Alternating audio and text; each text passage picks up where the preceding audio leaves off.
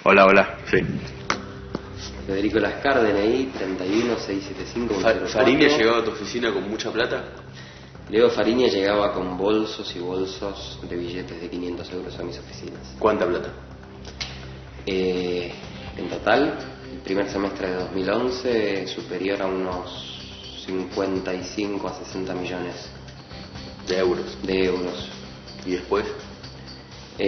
Bueno, Leo con ese dinero realizaba múltiples operaciones, dejaba el dinero en la oficina, dejaba el dinero en cuentas en extranjero, dejaba el dinero en cajas de seguridad que poseíamos nosotros, y él nos decía cómo darle la administración a ese dinero. ¿Y él de quién era ese dinero? Lázaro Báez. Él lo decía, sí. Él lo decía abiertamente, que su jefe era Lázaro Báez. Él ostentaba ser amigo de Martín Báez. De hecho, a mis empresas, en una oportunidad vino con Martín Báez por unas estructuras las cuales se realizaron por cuenta y orden de ellos, que fue la creación y administración de sociedades en el extranjero. Asimismo también a Leandro Báez, yo lo vi en Pasaje Carabelas en una oportunidad junto con el director de mi compañía, Gustavo Fernández, por una operación para la empresa del padre, Austral Construcciones. Esta grabación se hizo en su departamento del tercer piso del Madero Center, un lugar muy lindo con vista al dique. La hice directamente con mi teléfono y obviamente con el total consentimiento del Lascar. Después agregó un dato que todavía no se investigó. El Lascar nos contó que Fariña no solo había llevado plata a su financiera, SGI, sino que había trabajado además con otras 4 que él no quiso identificar. ¿Y él cómo llegó a vos? Él cómo llega a mí. Él llega a mí por una persona interpósita. Es el hijo de un empresario argentino. ¿No querés decirlo? No tengo ganas de matarlo en este momento. No viene el caso. Viene el caso que en realidad lo trajeron y lo trajeron de buena fe. Leo lo que estaba necesitando era alguien que le solucione sus cuestiones financieras. Mucha plata, sin saber qué hacer, muchas operaciones a pedido de su jefe y sin saber cómo ejecutarlas. Entonces Leo no es que nada más vino a mí. Leo vino a mí y fue también a 3 o 4 más. ¿Sabes los nombres? Sí, pero no te los puedo decir tampoco.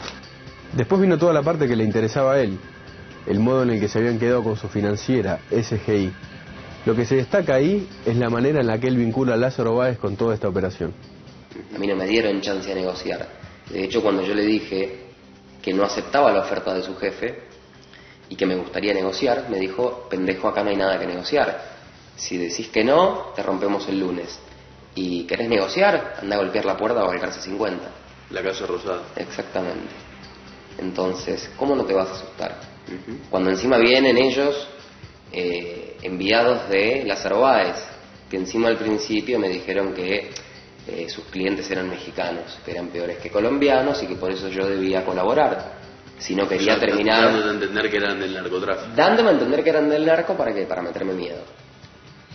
Cuando yo tenía siempre mi suposición de que era dinero de Lázaro Báez y el problema venía por Lázaro Báez. ¿Cómo se llama la empresa suiza que te compró? El Betic Services Group, Sociedad Anónima.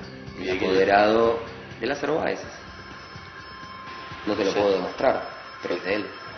¿Intuís que es de él? No intuyo, lo sé.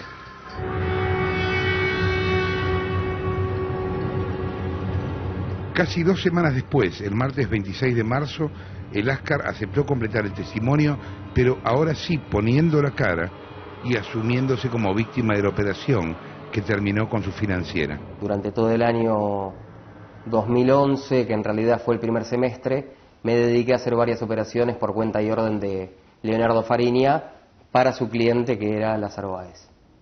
Durante esos 6 meses vos manejaste ¿qué cantidad de plata? Aproximadamente unos 55 millones de euros.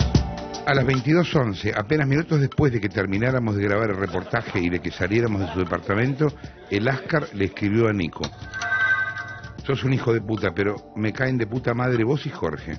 Sabés que tengo la mejor y ojalá pueda contribuir con mi granito de arena a romperles bien el orto a estos corruptos. Al día siguiente tampoco dio señales de estar molesto por algo. Es más, chateamos desde la mañana. Lo único que le preocupaba es que él decía que se había confundido con un dato en la nota, un dato económico. La verdad que era algo completamente menor comparado a todo lo otro que había dicho en el reportaje. El Banco Central Europeo dice que la Argentina es el segundo país tenedor de mayor cantidad de billetes de 500 euros físicos en el mundo. Mira, a las 13 de ese 27 de marzo, Federico de Lascar puso: Nico, estuve revisando un dato que me quedó dando vueltas. Cuando hablo de la Argentina y que es el segundo tenedor de euros del mundo, es en un análisis per cápita. Decir es que saquen eso, porque como no lo aclaré, voy a quedar como un boludo y no quisiera ser un Fariña. Esa era la única preocupación que había tenido sobre el contenido de la entrevista. Durante los días que siguieron nos cruzamos decenas de mensajes, la verdad que fueron muchísimos, chateamos mucho. Me preguntaba cómo iba a ser el programa, cómo iba a quedar parado él. Para tranquilizarlo, lo que hicimos entonces fue invitarlo a que venga al canal a ver cómo había quedado su entrevista.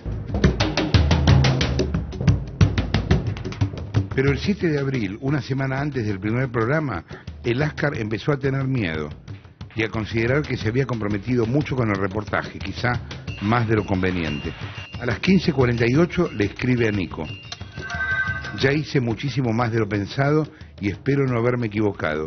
Esta gente no jode y no va a estar contenta. En la madrugada del lunes 8 de abril me escribió un mail en el que volvió sobre sus miedos. Los problemas que me generó el hacer negocios con Leonardo Fariña fueron demasiado grandes, económica y personalmente. Como dije antes, no intento ponerme en víctima y culpar a terceros por errores propios. Yo decidí involucrarme comercialmente y nadie me obligó a hacerlo, aunque jamás pensé que todo iba a terminar así. Daniel Pérez Gadín piensa y siente que por ser un hombre de total y absoluta confianza del señor Báez es intocable y actúa en consecuencia.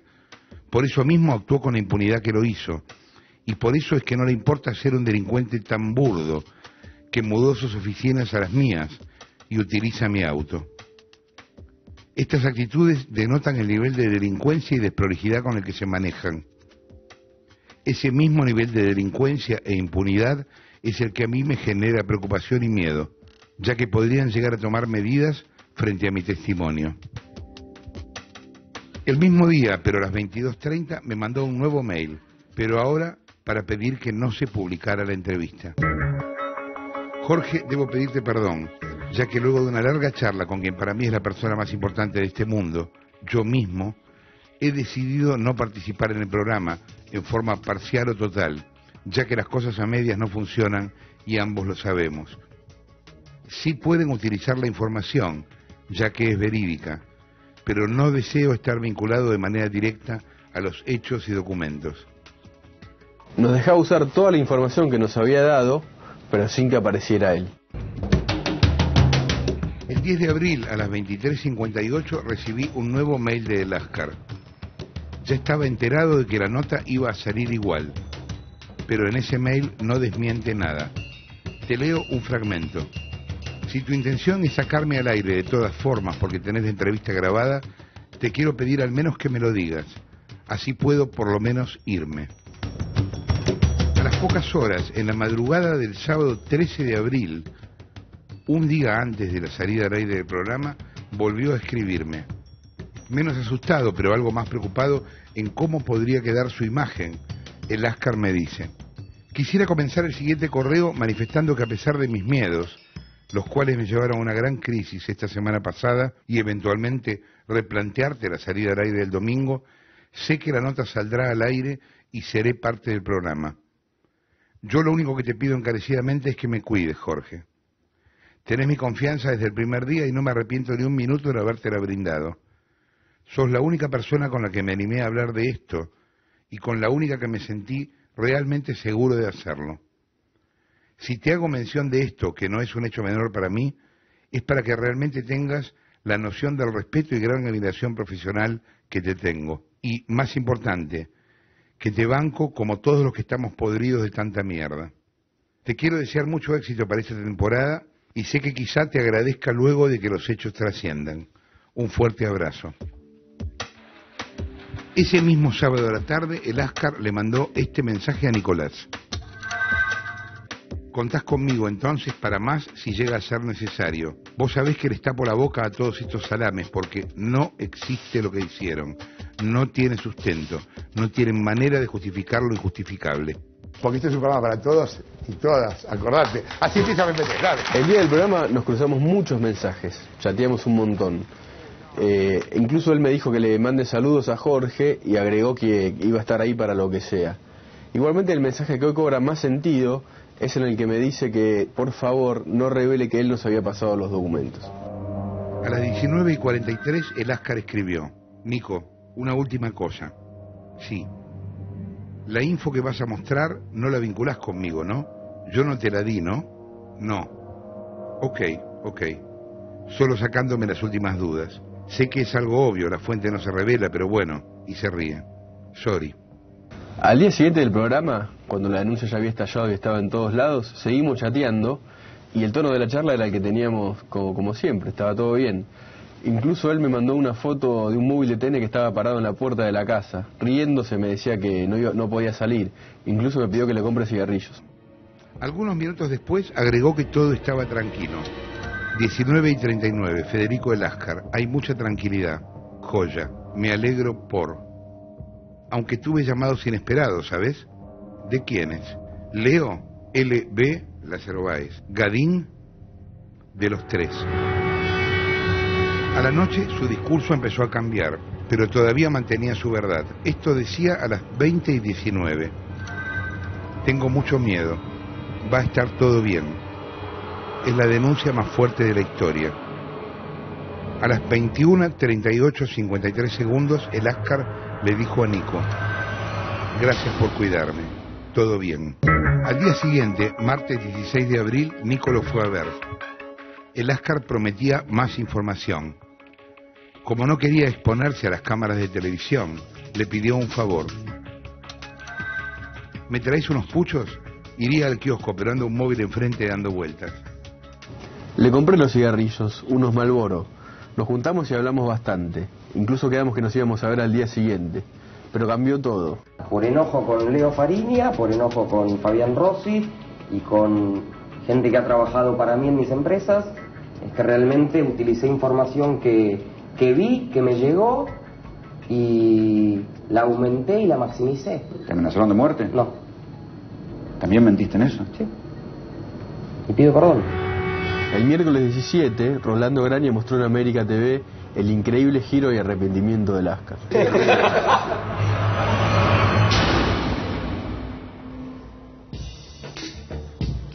Ahí lo tenés a El Ascar. A ver, varias cosas. El Ascar fue una de nuestras fuentes, no fue la única.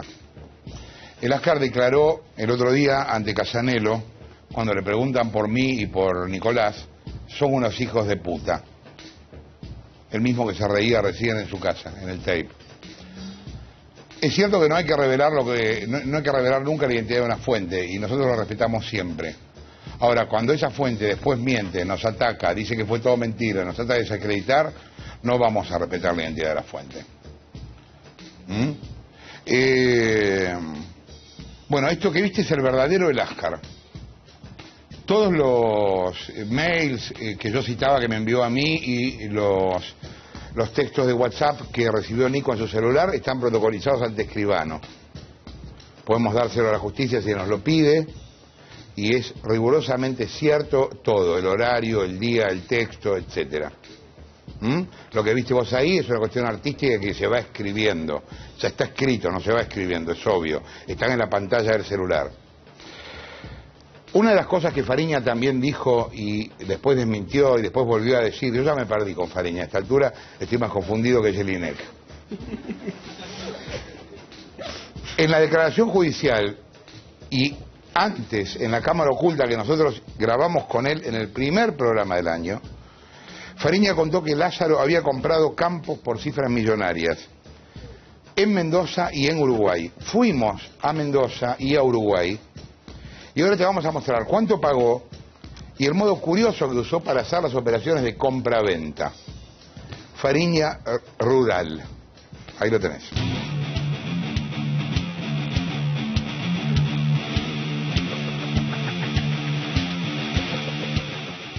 La confirmación llegó en los dos casos de boca del valijero Leonardo Fariña. Lázaro Báez compró campos en Mendoza y en Uruguay y pagó millones de dólares por esas hectáreas.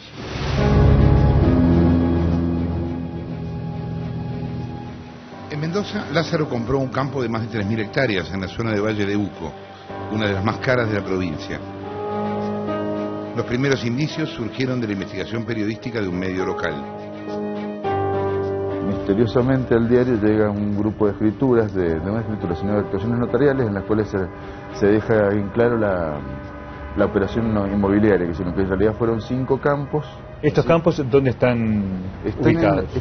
Mira, la localidad es una localidad del departamento de Tunuyán, es una localidad que se llama Los Chacalles, pero que está muy cercana, si alguien lo googlea, es muy cercano al Manzano Histórico, que es una zona muy turística de acá en Mendoza. ¿Cuántas hectáreas son? En total son 3.398 hectáreas, 3.400 sería.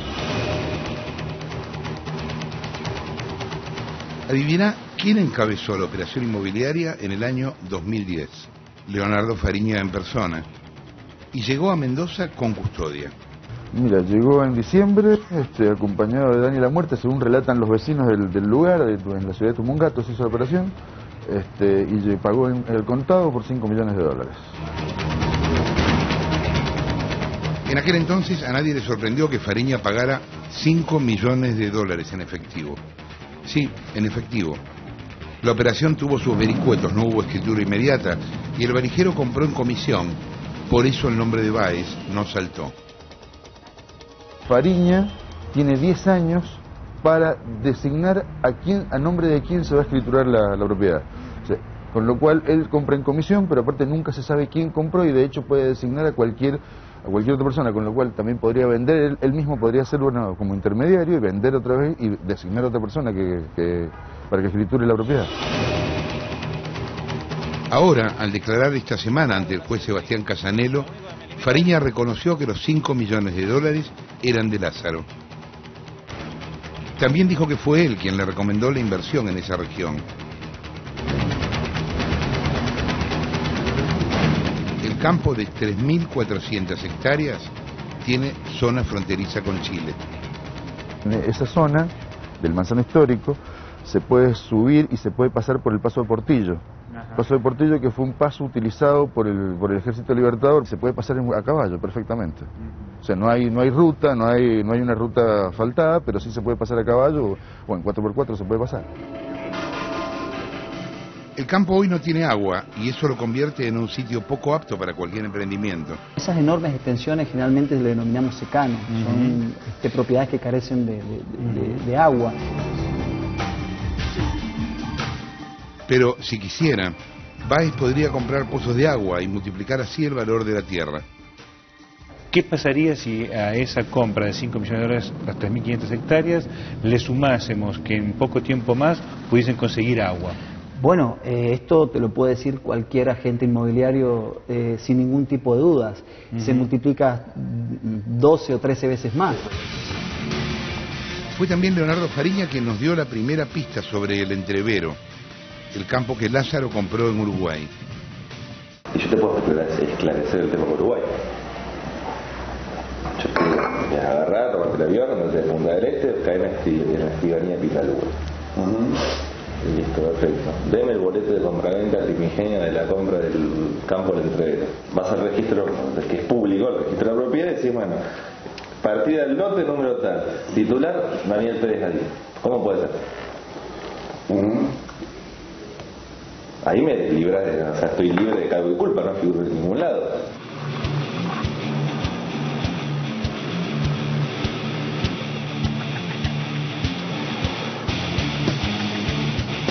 La ruta del dinero del empresario kirchnerista Lázaro Báez llega hasta este lugar, hasta Punta del Este, Uruguay.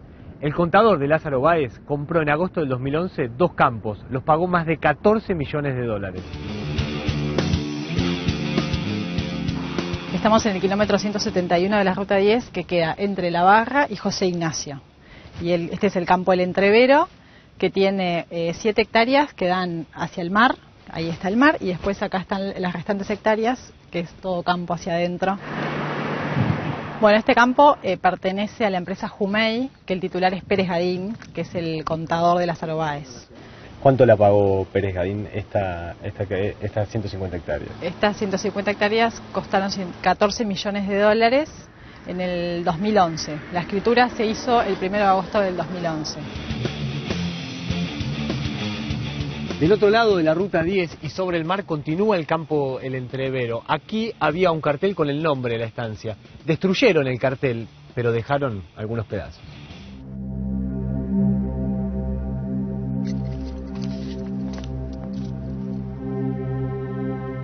Después que revelamos cómo era la ruta del dinero K, la justicia uruguaya comenzó a investigar irregularidades en esa operación inmobiliaria. En Uruguay las leyes antilavado obligan en el tema compraventas a la inmobiliaria del escribano a informar de las operaciones que sean sospechosas de lavado. Se tiene que reportar a la UIAF del Banco Central Uruguayo. Y en este caso nosotros investigando supimos que no se reportó, aunque en la escritura de compraventa el escribano dice que cumplió con la ley antilavado. ¿El escribano mintió? El escribano, bueno, eso es lo que tendrá que dar cuenta ante la justicia, tendrá que explicarlo. La información en primera instancia que nos pasa la UIAF es que habría indicios de que no se cumplió, ni el escribano ni el agente inmobiliario cumplieron con lo que son sus obligaciones. Y si se constatara que eso es así, se actuará con todo el rigor sancionatorio que se pueda. Jumey, Sociedad Anónima, pagó por El Entrevero una cifra 20 veces mayor que su capital social. Curioso, ¿no? El Entrevero no es el único campo que el contador de Lázaro Báez compró en Punta del Este. Según los registros de migraciones, Daniel Pérez Gadín viajó 8 veces a Uruguay en solo 3 meses. Y además supimos, investigando, que hay otro campo que queda pasando José Ignacio, más o menos en el kilómetro 180 y algo de la ruta 10, que es mucho más chico, es el número de padrones es el 706, son menos hectáreas, y que ese campo también pertenece a Jumey, o sea, a Pérez Gadín. La justicia quiere saber es qué delito se cometió en Argentina, de dónde se sacó el capital. Si se prueba que el capital con el que se compró el campo proviene de actividad delictiva, acá hay lavado. Al otro lado del Río de la Plata, las denuncias de bolsos con dinero para operaciones de presunto lavado dejaron al descubierto fallas en los controles fronterizos. ¿Uno puede venir con 10 millones de dólares, bajar un avión y pasar sin que nadie lo controle? Y eso puede pasar, si la aduana no es vigilante lo suficiente. También es cierto que en Uruguay es una gran planicie, usted puede bajar en cualquier parte. El ministro dijo 900, yo le diría 2000. ¿Qué 900? Uruguay se puede bajar en cualquier lado una avioneta. ¿2000 qué? Lugares donde aterrizar. Ahora, también tenemos que ser muy cuidadosos, por ejemplo, en los aeropuertos formales. Porque si usted llega a las 11 de la noche y nadie lo revisa en el aeropuerto... Usted dice que esos no se revisan. Bueno, hay una normativa que libera la revisión. Los campos de Mendoza y Punta del Este son apenas 2 operaciones sospechosas vinculadas a Lázaro Báez. Se pagaron millones de dólares. Nadie puede explicar todavía el origen del dinero.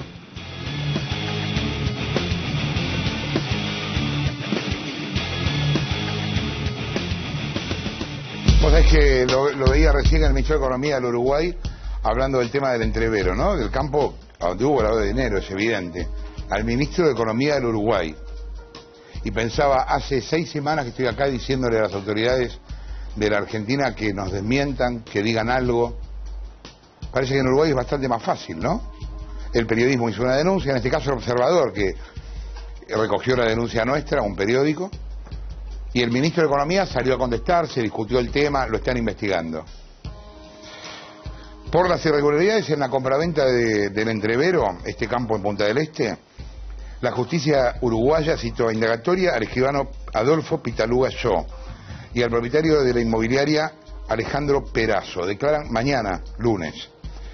La legislación uruguaya dice que el escribano y la inmobiliaria tendrían que haber alertado al Banco Central del Uruguay y a lo que se llama Unidad de Información Financiera el ingreso al país de 14 palos verdes cash provenientes de Pérez Gadín, del contador de Lázaro. La justicia de Uruguay investiga también cómo se hicieron los pagos para la compra del campo. En la escritura se acordó que los 12 millones de dólares del segundo pago se iban a hacer a través de documentos reservados entre Pérez Gadín y el antiguo dueño. Y también está previsto que esta semana el ministro de Defensa del Uruguay haga un descargo sobre el funcionamiento de la aduana y los vuelos privados que llegan al país. A ver si se entiende. el ministro de Defensa de Uruguay va a hacer un descargo sobre los vuelos que llegan. Acá nadie hace ningún descargo sobre los vuelos que salen. Es así de increíble como lo ves. Y los vuelos son los mismos, porque los que llegan a Uruguay no nacen en un huevo en la frontera, salen de acá, con plata negra, con plata del lavado.